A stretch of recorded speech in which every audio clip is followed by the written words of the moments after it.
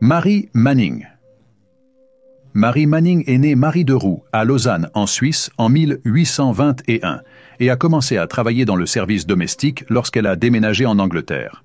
Marie a commencé comme femme de chambre pour Lady Palk de Halden House, près d'Exeter, dans le Devon, avant de devenir femme de chambre pour Lady Blantyre de Stafford House, dans l'ouest de Londres, en 1846.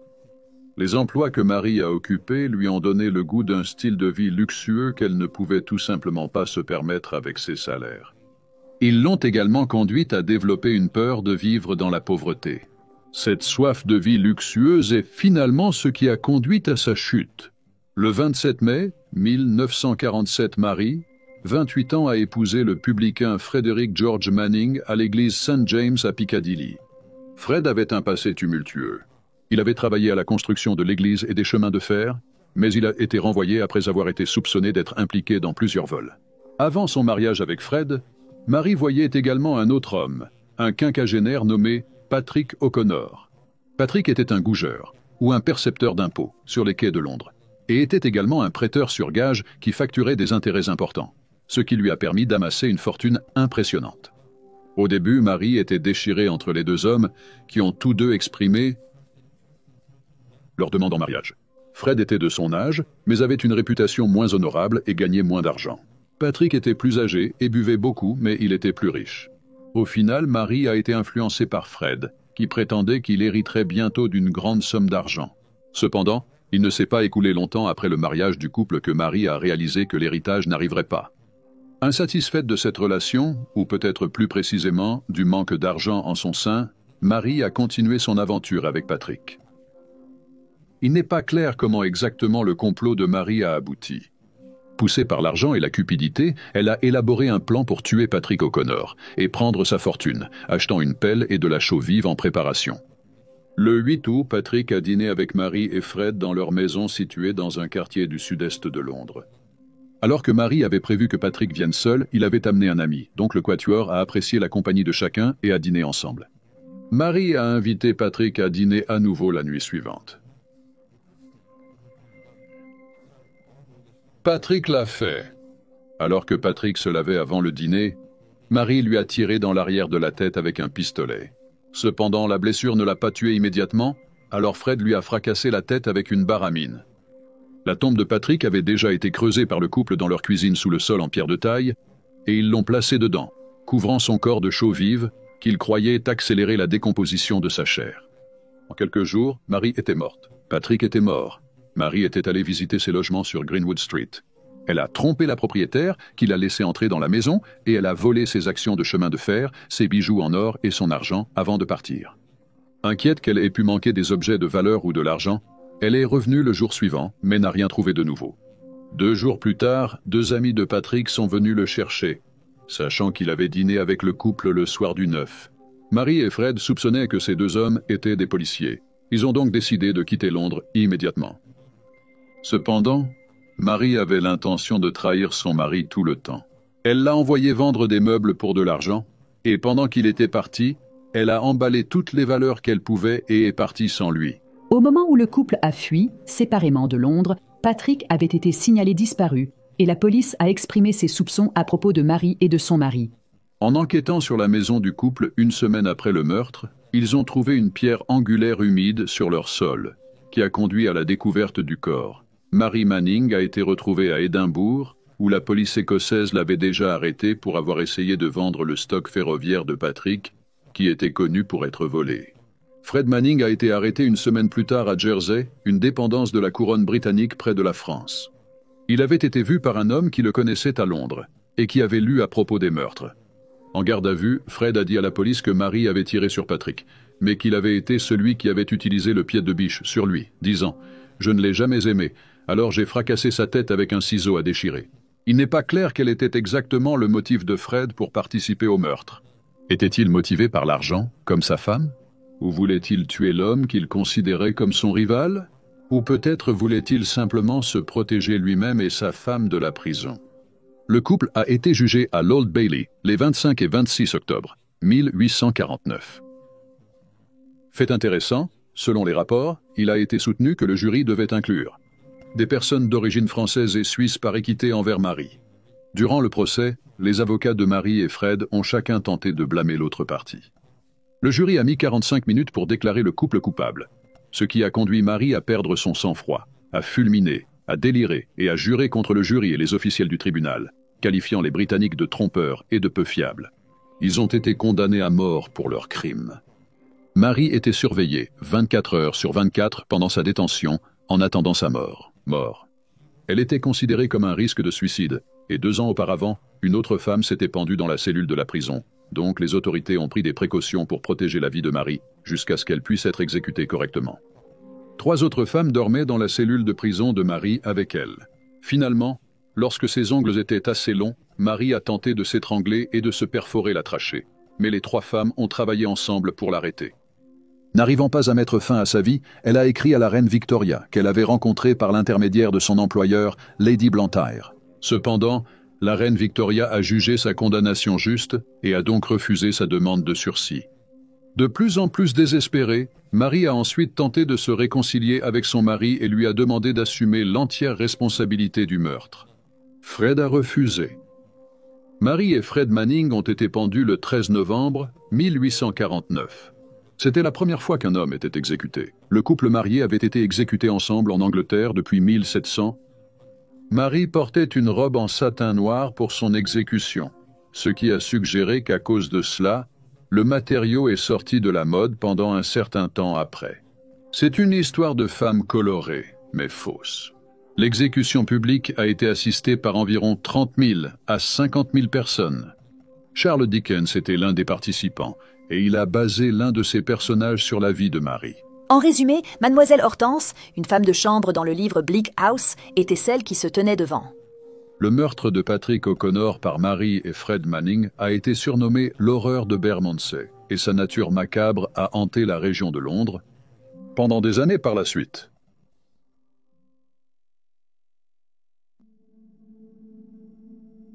Kate Webster, également surnommée le mystère de Barnes ou le mystère de Richmond, le meurtre de Julia Martha Thomas a été commis par Kate Webster en 1879 et a été l'un des crimes les plus notoires de la fin du XIXe siècle.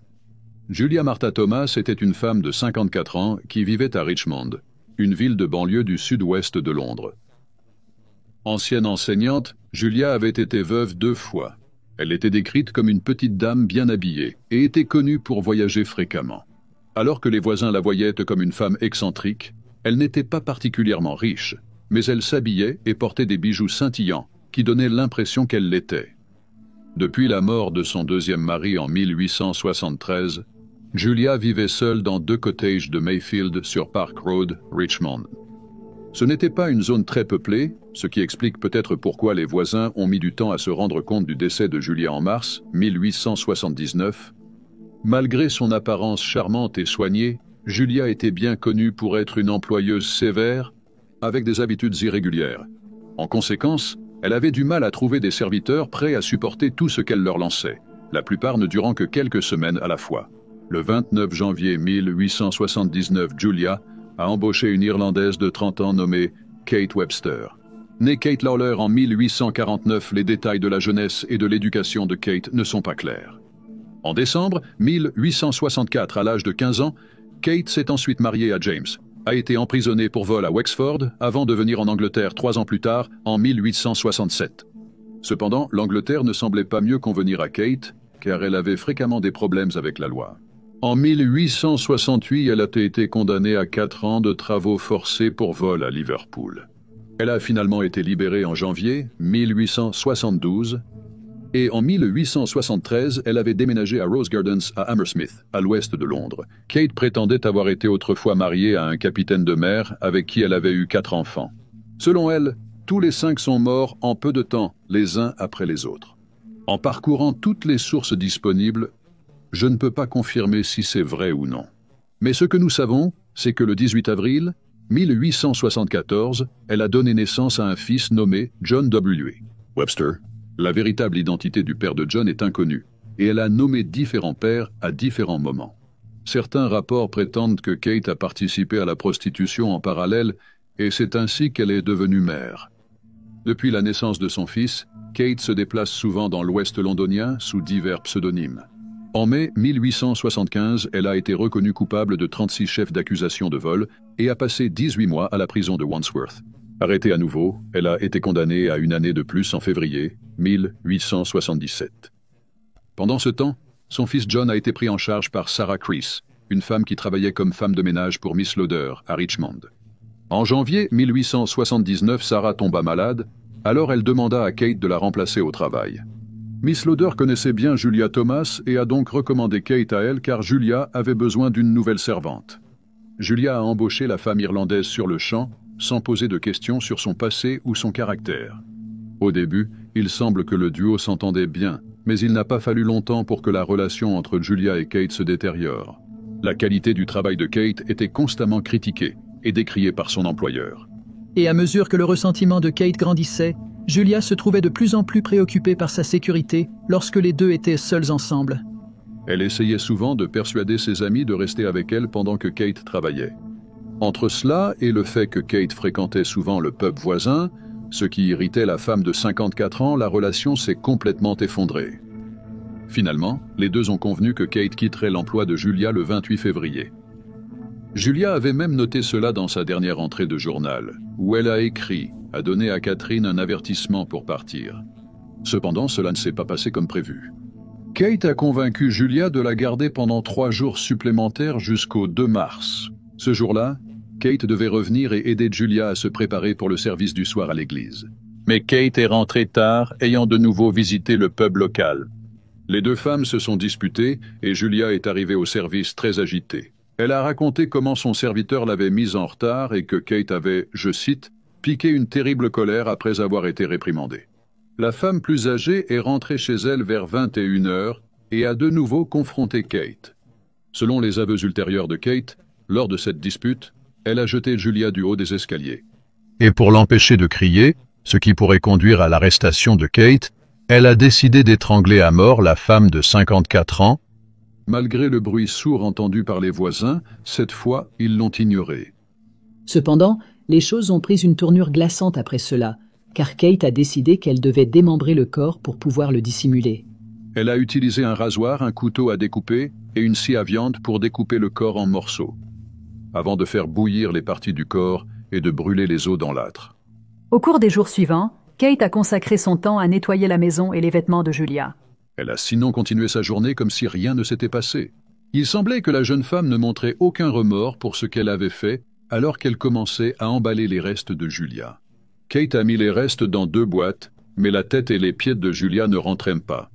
Elle a laissé les pieds dans un tas d'ordures près de Twickenham et elle a enterré la tête sous les écuries du pub local à proximité. Le 4 mars, elle a déposé les 2 boîtes dans la Tamise. L'une de ces boîtes n'a jamais été retrouvée, tandis que l'autre a été rejetée et a été trouvée par un porteur de charbon qui a alerté les autorités lorsqu'il l'a ouverte et a trouvé les parties du corps enveloppées dans du papier brun à l'intérieur. Il n'a pas fallu longtemps avant que les pieds qui avaient été jetés à la décharge ne soient également localisés, bien qu'il n'y avait rien qui puisse identifier à qui appartenaient les parties du corps. Un médecin qui a examiné les restes a affirmé qu'ils appartenaient à une jeune personne aux cheveux foncés. Le corps qui a pu être trouvé a été mis en terre au cimetière de Barnes le 19 mars. Les médias locaux ont spéculé que le corps avait été utilisé pour la dissection et l'étude anatomique. Pendant ce temps, Kate est restée chez Julia. Elle portait les vêtements de Julia et traitait avec les commerçants sous sa nouvelle identité. Elle a convenu avec John Church de vendre le mobilier de Julia. Kate ne savait pas que cela serait la chose qui dévoilerait sa couverture. Lorsqu'un cheval et une charrette de déménagement sont arrivés le 18 mars, les voisins sont devenus méfiants, n'ayant pas vu Julia depuis 2 semaines. La propriétaire de la maison et l'une des voisines de Julia, Miss Ives, a demandé au livreur qui avait commandé le déménagement. L'un d'eux a désigné Kate et a dit « Madame Thomas ». Réalisant qu'elle avait été attrapée, Kate s'est enfuie. Elle s'est d'abord enfuie à Liverpool, puis dans sa maison familiale en Irlande. Les autorités ont été appelées et elles ont commencé à fouiller la maison où elles ont trouvé des taches de sang, des os de doigts brûlés et des dépôts de graisse. Une lettre laissée par Kate avait son adresse en Irlande écrite dessus. Il n'a pas fallu longtemps avant qu'un avis de recherche ne soit lancé pour Kate Webster, la décrivant elle et son fils. Les détectives ont rapidement découvert qu'elle avait fui en Irlande avec son fils, John, et le chef de la police royale irlandaise a réalisé que la fille de la fiche de recherche était la même fille qu'il avait arrêté pour vol il y a 14 ans.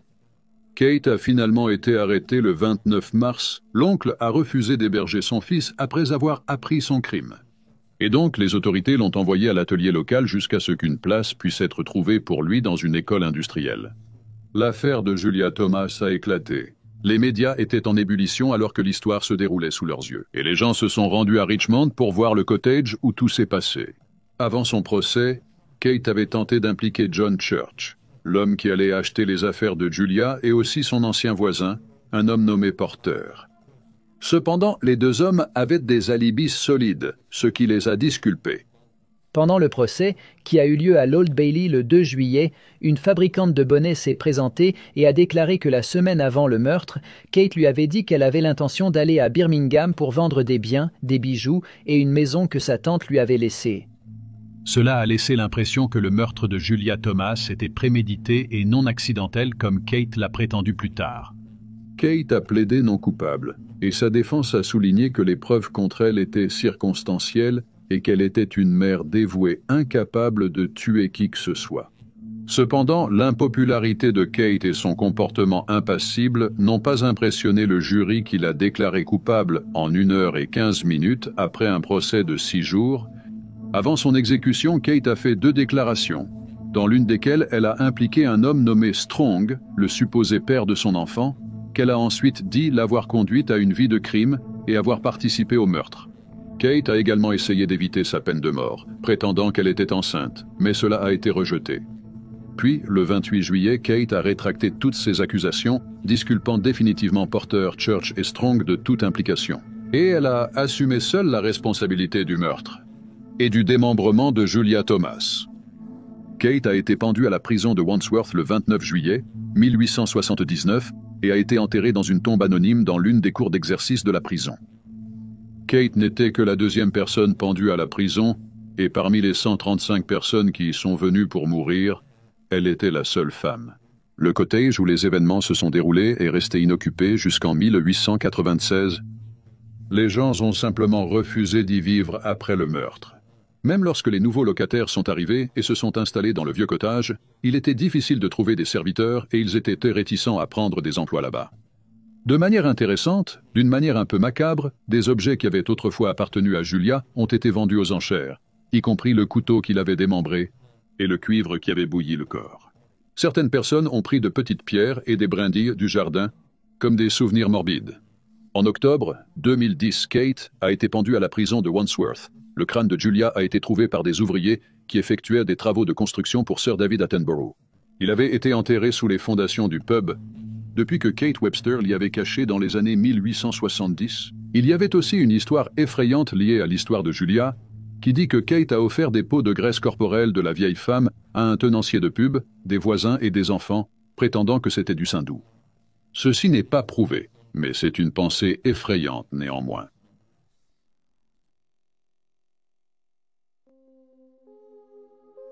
Richard Dadd.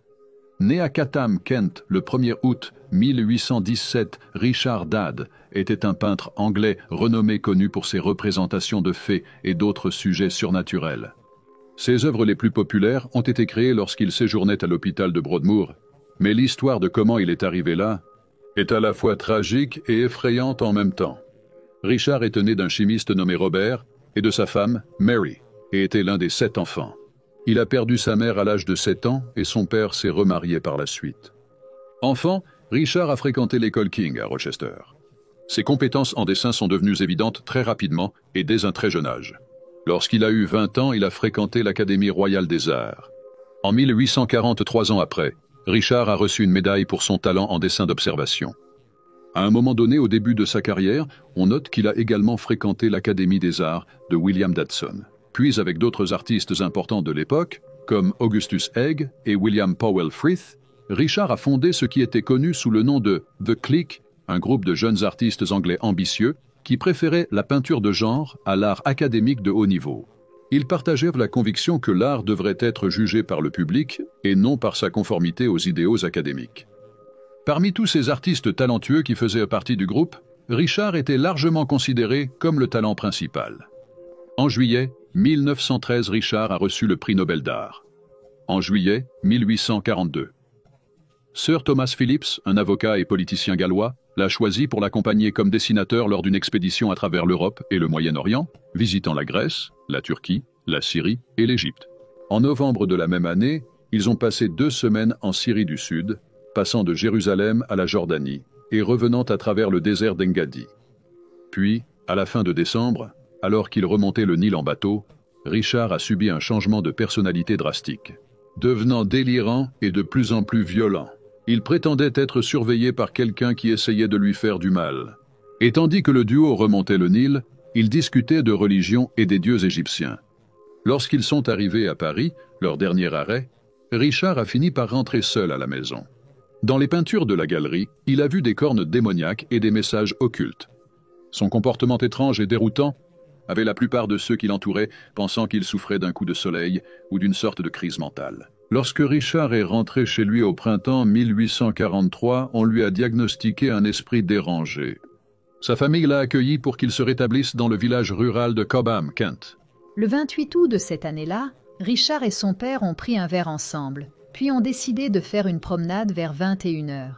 Pendant leur promenade dans le parc, Richard, alors âgé de 26 ans, a frappé son père. Avant de lui trancher la gorge avec un rasoir et de le poignarder avec une paire de ciseaux de 5 pouces. Selon les rapports, il a ensuite dit aux autorités qu'Osiris, le dieu égyptien, lui avait ordonné de mener cette attaque. Après avoir tué son père, Richard s'est enfui en France. En route pour Paris, il a tenté de tuer un autre passager avec un rasoir, infligeant plusieurs blessures à l'homme innocent avant que la police ne le maîtrise et ne l'arrête. Richard prétendait être le fils et l'envoyé de Dieu, envoyé pour exterminer les hommes les plus possédés par le démon. Il a ensuite avoué avoir tué son père, Richard, et a été renvoyé au Royaume-Uni pour être puni. De retour chez lui, Richard a été jugé inapte à être jugé et interné dans le département criminel de l'hôpital royal de Bethléem. Plus tard, il serait transféré à Broadmoor. Dans les 2 hôpitaux, Richard a été soigné par 3 médecins. On soupçonne qu'il a souffert de schizophrénie paranoïde, ce qui, au XIXe siècle, n'était pas quelque chose dont on parlait couramment ou qui était reconnu avant 1878. Selon les rapports, l'un de ses frères et sœurs aurait également souffert de cette condition, tandis qu'un autre avait une assistance privée pour des raisons inconnues. Durant son hospitalisation, Richard a été fortement incité à poursuivre la peinture. En 1852, il a créé un portrait de l'un de ses médecins, Alexander Morrison, qui jusqu'à ce jour est accroché à la Galerie nationale des portraits d'Écosse. Alors qu'il était en soins psychiatriques, il a également peint l'une de ses œuvres les plus célèbres, Le coup de maître du petit gars des fées, sur lequel il a travaillé pendant presque une décennie entre 1855 et 1864 et qui a inspiré Freddie Mercury à écrire plus tard une chanson du même nom. Richard a passé 20 ans à Bethléem avant d'être transféré à Broadmoor, où il a vécu ses dernières années. Peignant constamment et recevant rarement des visiteurs jusqu'à sa mort le 7 janvier 1886, il est décédé d'une maladie extensive des poumons.